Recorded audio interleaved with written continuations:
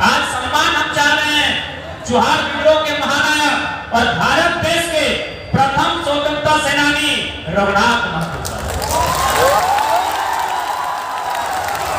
इतिहास के पन्नों में भारत सरकार के पास जितने भी दस्तावेज हैं, अगर उन दस्तावेजों में शहीदों की सूची को खंगाला जाए तो रघुनाथ महतो के शहादत की तिथि सन 1778 दर्शाई जाती है।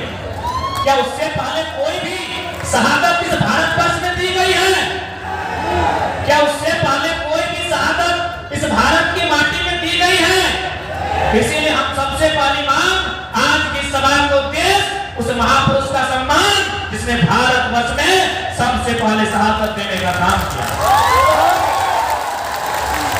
आज समय समय पर लोग उनके जीवन काल, उनके संघर्ष पर सवाल खड़े करते हैं, जो कि दुर्भाग्य का विषय है। एक शहीद जो समूचे देश का होता है, लेकिन आज लोगों की इतनी ओछी मानसिक राजनीति या मानसिकता कि आज एक शहीद पर सवाल किया जाता है, जो कि बहुत ही दुर्भाग्य का विषय है। इसलिए आज की जनसभा का उद्देश्य है उन शहीदों को सम्मान देना जिन्होंने हंसते हुए राज्य के लिए, देश के लिए बलिदान दिया। दूसरा विषय है पहचान। आज का मेरे अनुसार दूसरा विषय है पहचान का। पहचान जो लोग आज यहाँ जुटे हैं, कुर्मी कम्युनिटी, जिनका इस राज्य के बनने में आज अगर गिनती करें तो कोल्हान से लेकर कोयलांचल तक जितने भी सड़कें मिलेंगी, सड़कें चौक चौराहे मिलेंगे, हमारे पूर्वजों की मूर्तियां मिलेंगी जिन्होंने शहादत देकर इस राज्य का निर्माण किया। इसलिए आज हमारी लड़ाई हमारी पहचान के लिए है कि हमने देश को भी दिया है। जब देश का सवाल हुआ, हमने देश को दिया। रघुनाथ महतो, बोली महतो, जानकू महतो, न जाने कितने लोग हुए जिन्होंने देश के लिए शहादत दिया। हमने देश को भी दिया और जब राज की जरूरत पड़ी, हमने निर्मल सुनील शक्ति सूदन के रूप में इस राज को भी दिया। लेकिन सवाल यह बनता है कि देश ने भी हमसे लिया, राज ने भी हमसे लिया, बदले में हमें दिया क्या? देश ने भी क्या दिया हमें? देश को हमने शहादत दे दी। आज देश के जब इस राज्य का निर्माण नहीं हुआ था, जब देश का निर्माण नहीं हुआ था, तभी इस टाटा जमशेदपुर में हजारों हजार जमीनें ली गई। क्यों? विकास के। हमने क्या नहीं दिया? अपने पुरखों की जमीनें दी, जरूरत पड़ा अपनी जान दी, लेकिन हमें क्या मिला? ये सबसे बड़ा प्रश्न आज हमारे सामने खड़ा है। आज इस राज्य की अगर बात करें, जो मानसिकता है यहाँ के लोगों की और यहाँ इस राज्य में बैठे जो लोग हमारी प्रतिस्पर्धा करते हैं, जो लोग हमारे विपक्ष की भूमिका में हैं, उन्हें उड़ीसा के लोग पसंद है, उन्हें बंगाल से, उन्हें बांग्लादेश से आए लोग दामाद के रूप में पसंद है, लेकिन जिनका संबंध इस देश में, इस राज्य में, इस छोटे नागपुर के पठार में धान के सृजन काल से है, उन्हें कहते हैं बाहर चाहिए। इसलिए आज की लड़ाई हमारी पहचान की लड़ाई है। आज इस देश ने सबसे पहले हमसे छीना क्या? 1950 में हमारे लोगों को अनुसूचित जनजाति के जो सूचीबद्ध था वहां से बाहर किया गया। आज यहाँ तमाम मजदूर लोग बैठे हैं, पढ़ने वाले नौजवान पीढ़ी बैठी है। किसी ने जानने का शायद प्रयास किया होगा कि भाई उनकी शत्रुता हमसे, और भी तो लोग थे जिनको सूची से हटाया जा सकता था, जोड़ा जा सकता था, लेकिन उनकी शत्रुता हमसे क्यों? उसका एक ही उत्तर है, आप जाके देख सकते हैं, जहां चाहे इंडस्ट्रियल बेल्ट हो या कोयला की खदानें हो, तो जमीनें हमारी, और कोई दूसरा कारण नहीं है, और कोई दूसरा कारण नहीं है। धनबाद, बोकारो से रांची रामगढ़ या टाटा जमशेदपुर को ले लीजिए, वो मैक्सिमम जमीनें हमारी है। इसीलिए आज सूचीबद्ध से बाहर करने का सबसे बड़ा परिणाम और सबसे बड़ी साजिश ये भूखंड का हमारा मालिक है। इसलिए हम अपने आने वाली पीढ़ी को क्या देकर जा सकते हैं? आज अगर हम अपने हक अधिकार के लिए, अपनी पहचान की लड़ाई के लिए,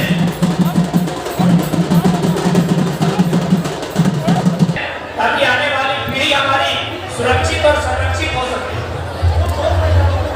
आज जितने भी लोग यहाँ आए भली भांति आने वाले वर्षों में हमारे साथ क्या घटित होगा। आज यदि हम लोग अपनी लड़ाई को लेकर, अपने अधिकारों को लेकर, अपनी पहचान को लेकर जागरूक नहीं होते हैं, जो पहचान हमारे 1950 में छीनी गई, उस पहचान को लेकर अगर आज जागरूक नहीं होते हैं, तो आने वाले दिनों में इस राज्य में अगर कोई शरणार्थी बनेगा तो याद रखेगा सबसे पहले तो हमारी को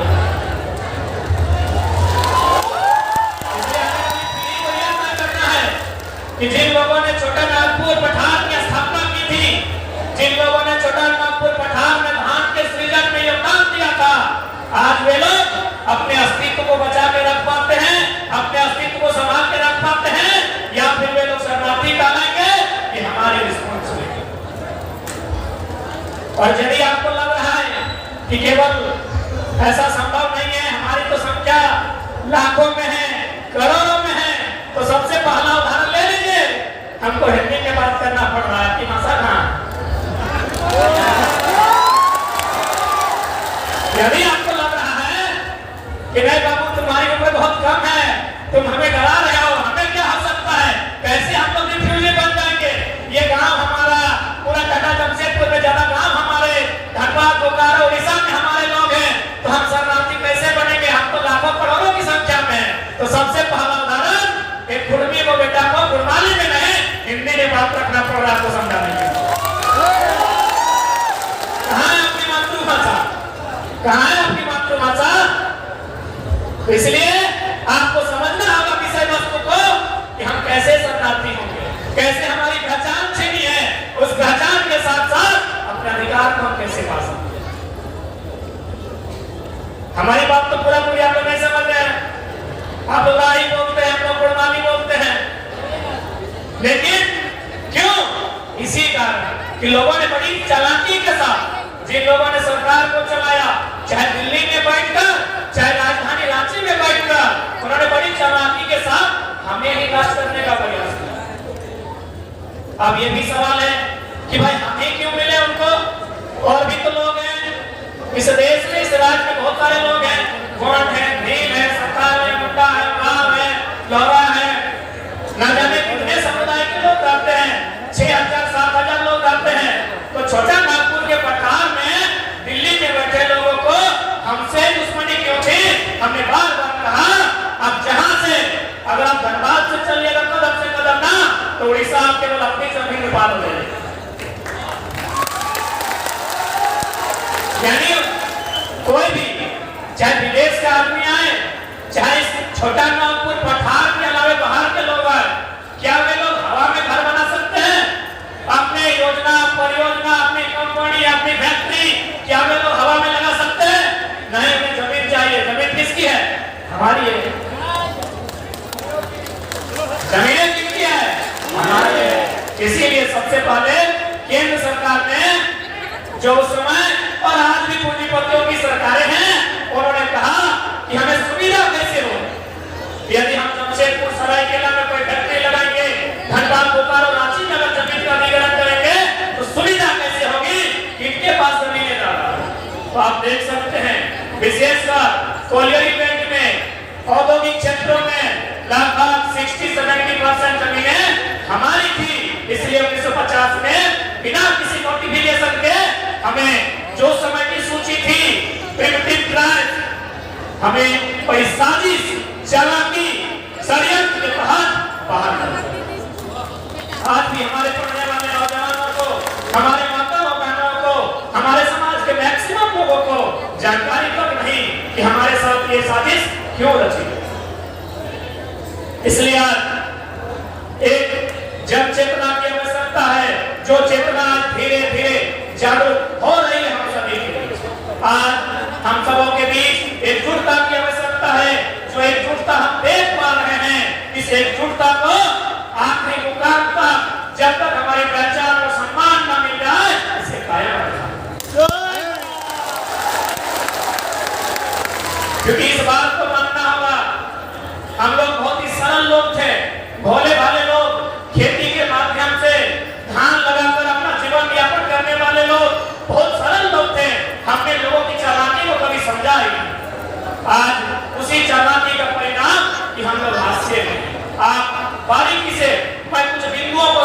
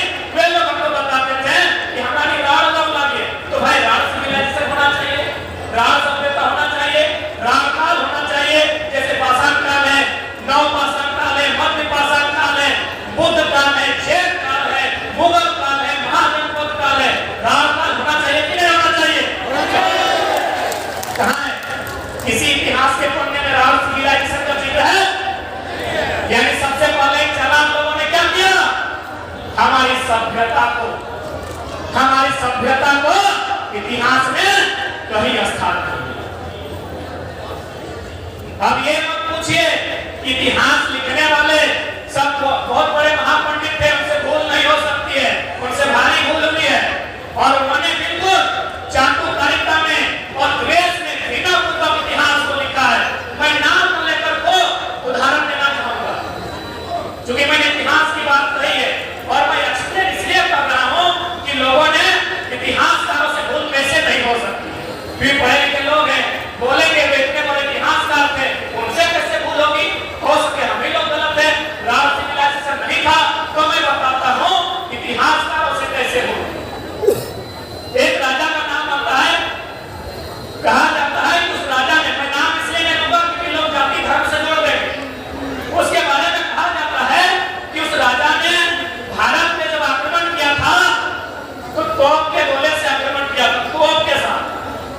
ध्यान दीजिएगा मेरी बात को, इतिहासकार भूल कैसे नहीं कर सकते हैं, इतिहासकार धोखा कैसे नहीं कर सकते हैं, इतिहासकार बेईमानी कैसे नहीं कर सकते हैं। उन्होंने क्या बताया कि 1500 के पीरियड में भारत में राजा आया विदेशी, उसने गोला के साथ तोप होता है, उसके साथ भारत में आक्रमण किया। फिर वही इतिहासकार बताता है 30 साल बाद उसका नाती ने तलवार से उड़ा। क्या समझे पढ़े लिखे लोग? दुनिया में पहले लालटेन आया है या एलईडी? पहले लालटेन आया है, सिंपल सा बात है, पहले तलवार आया होगा फिर तोप आया होगा। इतिहास क्या क्या कह रहा है? दादाजी को तोप से लड़ा रहा है और नाती को तलवार से लड़ा रहा है। मैं नाम नहीं लूंगा क्योंकि इसमें धर्म और जाति की बात आ जाए। 1500 का पीरियड है, आप चेक कर लीजिए, बोले कि नहीं इतिहासकारों से राज सिविलाइजेशन को इसी प्रकार खत्म कर दिया गया है। इसलिए नई पीढ़ी उन्हें गर्व करना होगा, उन्हें अपने इतिहास से जानकारी एकत्रित करनी होगी और उन्हें गर्व करना होगा। हमारे पास जानकारी का अभाव है, आज जानकारी का अभाव है, इसलिए आज हम कभी पश्चिमी सभ्यता को, कभी भारत देश की अन्य सभ्यता को हम अपने घरों में स्थापित करते हैं। और सबसे बड़ा उदाहरण जानकारी और शिक्षा का सबसे बड़ा उदाहरण इधर कहां खोजते हैं, हम आपके बीच खड़ा हैं। यहाँ इस मंच में हमारे परम आदरणीय कई पूर्व सांसद बैठे हैं, पूर्व मंत्री बैठे हैं, पूर्व विधायक बैठे हैं, सभी दिग्गज बैठे हैं। हम मात्र एक दूसरे आयु में आधा है, लेकिन हमने शिक्षा में दम पर सच्चे चले। इसलिए भी नौजवान, क्योंकि मैं नौजवान हूं, तो मैं आने वाले भविष्य, आने वाली पीढ़ी को संदेश कि आपको अपना इतिहास को समझना होगा कि क्यों साजिश के तहत हमें लिखाया गया। इतिहास तो बात आप समझ गए होंगे कि किस प्रकार इतिहास ने छल कपट किया है। अब बात करते हैं भूगोल की। इतिहास के बाद एक चैप्टर भूगोल भी आता है ना, ज्योग्राफी। तो भूगोल यानी जमीन का टुकड़ा। बात करते हैं छोटे नागपुर और झारखंड की बात करते हैं। आज चूंकि अभिभावक स्वरूप हमारे अजीत प्रसाद महतो जी भी आए हैं, तो इसीलिए मैं भारत सामने रख रहा हूं भूगोल का कि हमारी जो बात थी इतिहास को हमने देखा कि किस प्रकार इतिहास को मिटाया गया। आप लोग समझ रहे माताएं माया मौसिया काकिया के बारे में ना कि किस प्रकार इतिहास में हमारे गौरवशाली इतिहास को लोगों ने किताब में रखा ही नहीं, तो हमारे बच्चे कैसे पढ़े? हम तो टीवी में देखते हैं, सिनेमा में, वो कहां से आता है? उन्हीं किताब में लिखी बातों को दिखाया जाता है। जो भी आप फिल्म में देखते हैं, टीवी सीरियल में देखते हैं, वो किताब में इतिहास में लिखी बातें हैं। तो हमारा इतिहास किसी ने लिखा ही नहीं, तो कैसे दिखाया जाएगा? हमारा इतिहास हमारे लोगों के बीच है, जिनका बाल बंगा है, जो लोग 80, 85, 100 साल पार कर चुके हैं, उनके पास हमारा इतिहास है। हमारे इतिहास को से अब बात करते हैं भूगोल की, ज्योग्राफी। जब झारखंड झारखंड निर्माण की बात चल रही थी, क्या हमें बिहार झारखंड मिला है? क्या हमने यही झारखंड मांगा था? क्या यही झारखंड मांगा था? एक आदिवासी राज्य के रूप में हमने जो ग्रेटर झारखंड मांगा था, उस झारखंड में पश्चिम बंगाल के मेदिनीपुर, पुरुलिया, झारखंड में इत्यादि जिला शामिल था। उड़ीसा का मयूरभंज, क्योंझार, सुंदरगढ़ और एक जिला है वो भी शामिल था। यानी आपका पूरा जिला भी नहीं मिला है। क्यों नहीं मिला है? ना पूरा अगर राज्य मिलता जहां तक आपकी मांग थी, यानी यदि हम बंगाल का हिस्सा मांग रहे थे, हम यदि उड़ीसा का हिस्सा मांग रहे थे, इसका मतलब वे लोग हमारे थे। इसका मतलब वे लोग हमारे थे। वे लोग यदि हमारे थे और यदि हमारे इसी राज्य में वे लोग आ जाते तो हमारी शक्ति दुगनी रहती कि नहीं रहती। उन्हें आगे परिचय थोड़ी देना पड़ता कि हम उड़ीसा से आए हैं, हम पश्चिम बंगाल से आए, हम झारखंड से आए हैं। एक ही परिचय होता, हम ग्रेटर झारखंड से हैं। आपके भूगोल को डैमेज किया गया, इतिहास को डैमेज किया गया, भूगोल को डैमेज किया गया। पॉलिटिक्स की तो बात ही मत कीजिए, वो आप लोग समझते हैं। इकोनॉमी की बात कीजिए, ये जितने भी बड़ी बड़ी ऊंची ऊंची बिल्डिंग्स डॉक्टर जमशेदपुर में आप देख पा रहे हैं, चले जाइए 50 साल 60 साल 70 साल पीछे, ये जमीनें किसकी है? टाटा की है। अरे टाटा खुद इंडियन नहीं है, इंडिया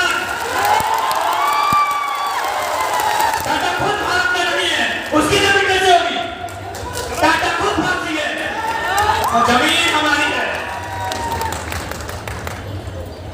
टाटा जो आज कहता है भारत की अर्थव्यवस्था में हमारा योगदान है, उनसे कहिए आपकी अर्थव्यवस्था में हमारा योगदान है। Economic damage, economic damage, historical damage, geographical damage, political damage, economical damage, यानी पैसा से भी आपको मार दिया। आपके लोग कहाँ हैं? उषा मार्टिन रहे, टाटा रहे, किस्को रहे, स्टील रहे, बल्लभ रहे, आपके लोग वर्कर जेल में हैं। आपके लोग वर्कर जेल में हैं और वे लोग सीएमटी जीएम के रेंट में हैं। Economic damage,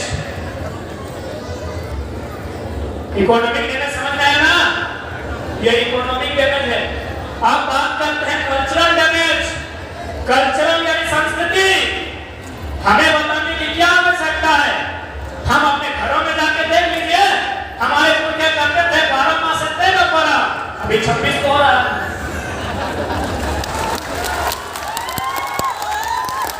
cultural damage, culture यानी संस्कृति, संस्कृति यानी खान पान रहन सहन, और यही कल्चर आपका महत्वपूर्ण होगा। आप तो लड़ाई लड़ रहे हैं अपने आप को सूचीबद्ध करने की। आपका कल्चरल आइडेंटिटी आपको मजबूती के साथ, आपके नेक नजारी आपको मजबूती के साथ आपकी सूची की लड़ाई में, आपकी पहचान की लड़ाई में आपका सांस्कृतिक डैमेज हुआ है ना? मानवसी लोग अच्छा से समझेंगे।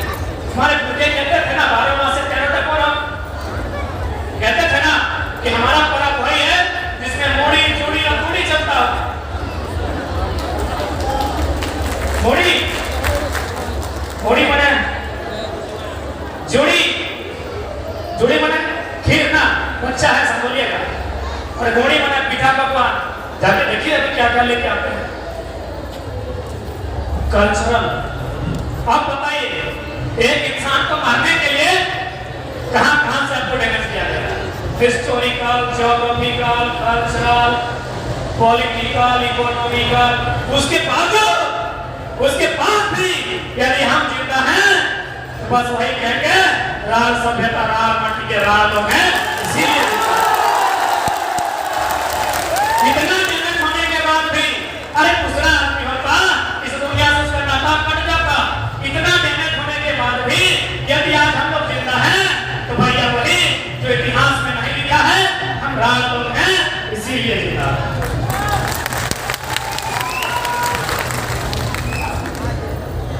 यदि आपको ये भी पता लग रहा है कि नहीं बाबू आपके पास माइक है, आप कुछ भी बोल देते हैं, तो देते हैं वो बढ़िया उदाहरण, क्योंकि आप लोग आधुनिक मॉडर्न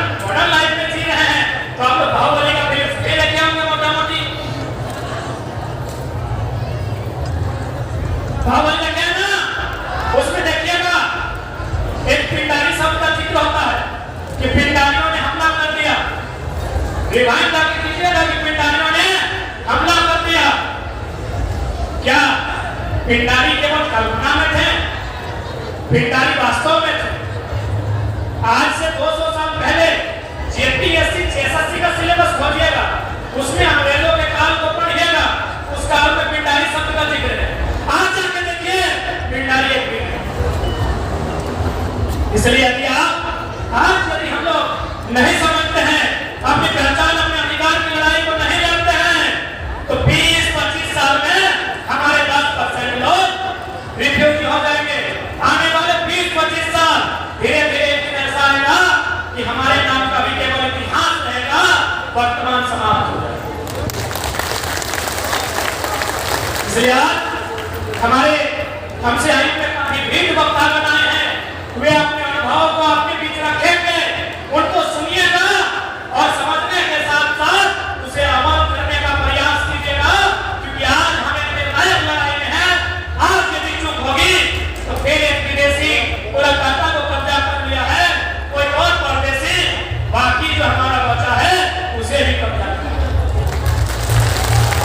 बाकी ठीक है, हमारे बीच बहुत सारे वक्ता हैं, समय की पाबंदी है, निर्मलता की माटी में निर्मलता के कथन के साथ समाप्त करेंगे कि सवाल बनकर फिर दूंगा, जो बन पड़े सो जवाब रखना। कि सवाल बनकर फिर दूंगा, जो बन पड़े सो जवाब रखना। मेरा खून बेकार न जाए, मेरे खून का हिसाब रखना, मेरे खून का। जो हमसे बड़े हैं सबको प्रणाम, जो हमसे छोटे हैं उनको आशीष।